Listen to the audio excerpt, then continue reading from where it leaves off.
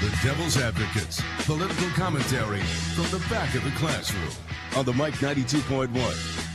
And we are back from the 420 break. Thank you so much for listening. Please check us out on Facebook, The Devil's Advocates Radio. Follow us on Twitter at Devil Radio. And, of course, the website, DARNWI.com. It's pollster extraordinaire Charles Franklin. Charles, welcome back to The Devil's Advocates. Do you think we'll still see Walker run for re-election? He and his advisors have to say, is it better to go out a winner or is it better to roll the dice on this? Dominic, we continue this fine program with Joe Zepecki, a Democratic strategist. You have been with the party for some time. And this, you cannot tell me, my friend, that you expected to see this. God love Bernie Sanders for being a guy who has been saying single payer for 30 years. I respect authenticity and stick-to-itiveness. We need people like that in the United States Senate. I think the candidates are going by. We see the armadas of flashing lights. Perhaps that was Hillary. And that was the establishment moment candidate. when I stopped being interested. I'm sorry, Joe.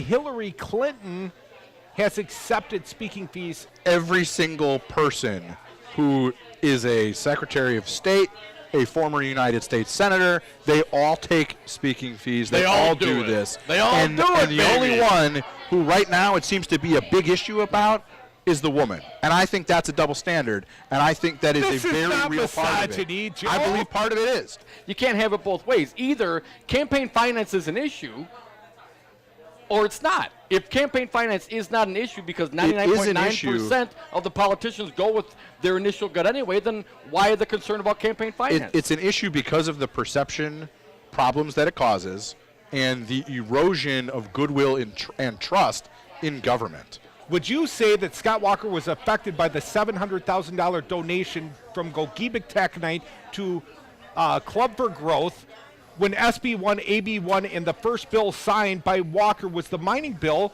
Can you tell me that he was not affected by $700,000? I'll let you respond. We'll give you one more minute, Joe. On the other side of this short break, Devil's Advocates live in Milwaukee, Cafe Hollander. Please come back. Joe will respond to one of my questions. I feel quite confident. Milwaukee County Executive Chris Abley. It's the happy hour, Chris. Cheers. It is happy hour. Cheers. Salute.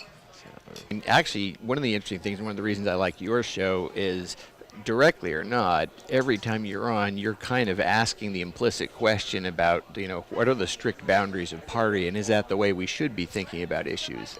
Scott Ross, Executive Director, One Wisconsin Now. It's almost like you've got the adult conversation happening on with the Democrats and the kiddie table having a food fight with the Republicans. Andy Craig, Libertarian candidate for Congress. I do think that we're going to see a Libertarian in Congress in the next 4 years. Welcome our good friend Martha Lanning, Dem Party Chair. A lot of votes going for Bernie, for example, in New Hampshire, yet the delegate count is the way that it is, and that kind of protects the establishment. It protects the party elders. Do you think that's going to diminish some of the enthusiasm that the younger voters might have? I think that having all those new young people coming into this party and talking about the issues that are important to them are going to invigorate other voters to come out and vote. Thank you, Martha Lanning. More Devil's Advocates live from Milwaukee, Cafe Hollander when we come back.